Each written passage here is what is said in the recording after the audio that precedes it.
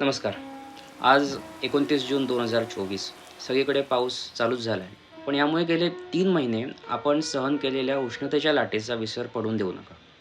कारण पर्यावरणीय बदल मोठ्या प्रमाणात आपलं जीवन बदलत आहे. त्यामुळे वृक्ष लागवड ही एक मूलभूत गरजच बनलेली आहे. पण ही लागवड करताना देखील कुठल्या झाडांची लागवड करावी हे पण महत्त्वाचं आहे.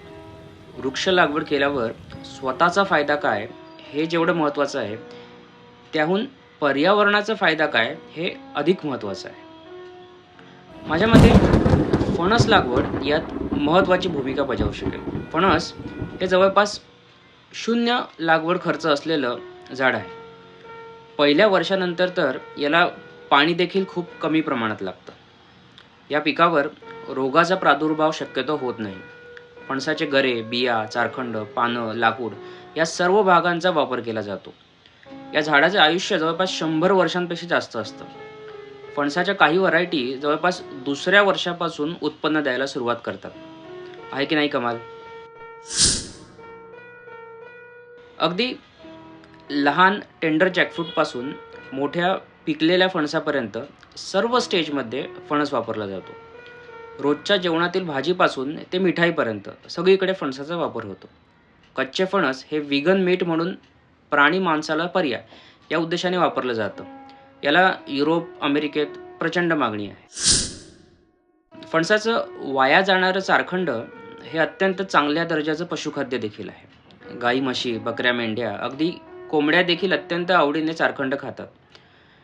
गाई म्हशींच्या दुधातील फॅट्सचं प्रमाण वाढवण्यासाठी या चारखंडाचा वापर आपण नक्कीच करू शकतो.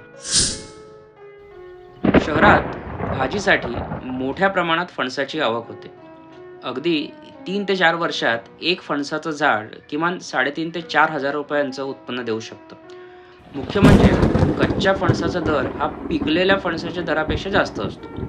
देखभालीचा खर्च जवळपास शून्य असल्यामुळे शेतकऱ्यांना फणसाच्या झाडाची निगा राखण्याचा आणि कीटकनाशक फवारणी करण्याचा खर्च वाचतो आणि त्यामुळे उत्पन्नात वाढ होते. फणसाचे विविध उत्पादने जसं की chips, dehydrated jackfruit, frozen jackfruit, jackfruit powder यासारखे असंख्य पदार्थ बनवता येतात. हे मूल्यवर्धन फणसाचं बाजार मूल्य आणि शेतकऱ्यांचं उत्पन्न वाढवू शकतं. फणसाचे मधुमेह, स्थूलता, फॅटी लिव्हर, कोलेस्ट्रॉल यासारख्या आजारांवरील उपयोग तर सायन्सने क्लिनिकल ट्रायलद्वारे देखील सिद्ध केलेले आहेत. सध्या काही डॉक्टर देखील आपल्या पेशंटना फणस खायचा सल्ला देतात. म्हणजेच जर आपल्या घराशेजारी एखादं फणसाचं झाड असेल तर औषधांवर खर्च होणारा देखील कमी होईल. फणसाची निर्यात क्षमता देखील जास्त आहे. आपल्या देशातील केरळ, आसाम यासारखी राज्य आखाती देशांमध्ये आणि युरोपमध्ये फणस निर्यात करत आहेत. महाराष्ट्र देखील या संधीचा फायदा घेऊ शकतो, ज्यामुळे भारताच्या कृषी निर्यातीला चालना मिळेल. जैवविविधतेबाबत बोलायचं म्हणजे फणस हे माणसांसोबत इतर प्राणी पक्ष्यांचं सुद्धा आवडतं फळ आहे. फणसाचं झाड हे विविध वन्यजीव प्रजातींना, पक्ष्यांना आणि कीटकांना निवास आणि अन्न देऊन जैवविविधतेला वाढवतं. फणसाद्वारे मातीचं आरोग्य देखील सुधारलं जातं. फणसाची गळलेली पाने मातीला सेंद्रिय कर्ब देतात, ज्यामुळे मातीचं आरोग्य आणि सुपीकता सुधारते. फणसाचं झाड हे कणखर असतं, जास्त काळ टिकतं आणि अनेक इतर फळझाडांच्या तुलनेत फणसाला कमी पाणी आणि खतांची आवश्यकता असते, ज्यामुळे ते शाश्वत शेतीच्या पद्धतीसाठी अतिशय योग्य ठरतं. महत्त्वाचं म्हणजे कार्बन क्रेडिट. फणसाचं झाड हे वातावरणातून कार्बन डायऑक्साईड शोषून त्याच्या बायोमासमध्ये कार्बन साठवतं आणि कार्बनच्या शोषणाला योगदान देतं. फणस उत्पादक शेतकरी याचा वापर कार्बन क्रेडिट मिळवून स्वतःचं आर्थिक उत्पन्न वाढवायला नक्कीच करू शकतात. याची सुरुवात महाराष्ट्रात श्री मिथिलेश देसाई यांनी लांजामध्ये आपल्या FPO मार्फत केली आहे. त्यांनी आपल्या सभासद शेतकऱ्यांना या कार्बन क्रेडिटचे पैसे देखील मिळवून दिलेले आहेत.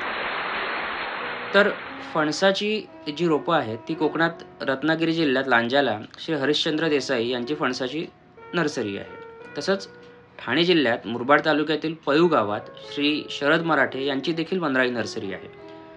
दोघांकडेही जवळपास 1000पेक्षा जास्त स्वतःची फणस झाडांची लागवड आहे. तर शेवटी एवढंच म्हणायचं आहे, की जर खऱ्या अर्थानं पर्यावरणाचा आणि आपला स्वतःचा विकास करायचा असेल, तर प्रत्येकाने फणस या पिकाकडे गांभीर्याने आणि सकारात्मक दृष्टीने पाहिलं पाहिजे. यामुळे शेतकऱ्यांना अधिकचं उत्पन्न तर मिळतंच, पण सोबत पर्यावरणाची निगा देखील राखली जाते. माणसाला तसंच इतर पशुपक्ष्यांना खाद्य देखील मिळतं. आंबा, काजू, नारळ, डाळिंब, द्राक्ष यासारख्या बेभरवशाच्या लागवडीसोबत शाश्वत उत्पन्न देणाऱ्या फणसाचं झाड हे लावलंच पाहिजे. या पिकांपेक्षा फणसाचं पीक नक्कीच कमी खर्चाचं आणि अधिक उत्पन्न देणारं आहे. म्हणून या पावसाळ्यात इतर झाडांच्या लागवडीसोबत निदान 1-2 तरी फणसाची झाडं लावाच. धन्यवाद.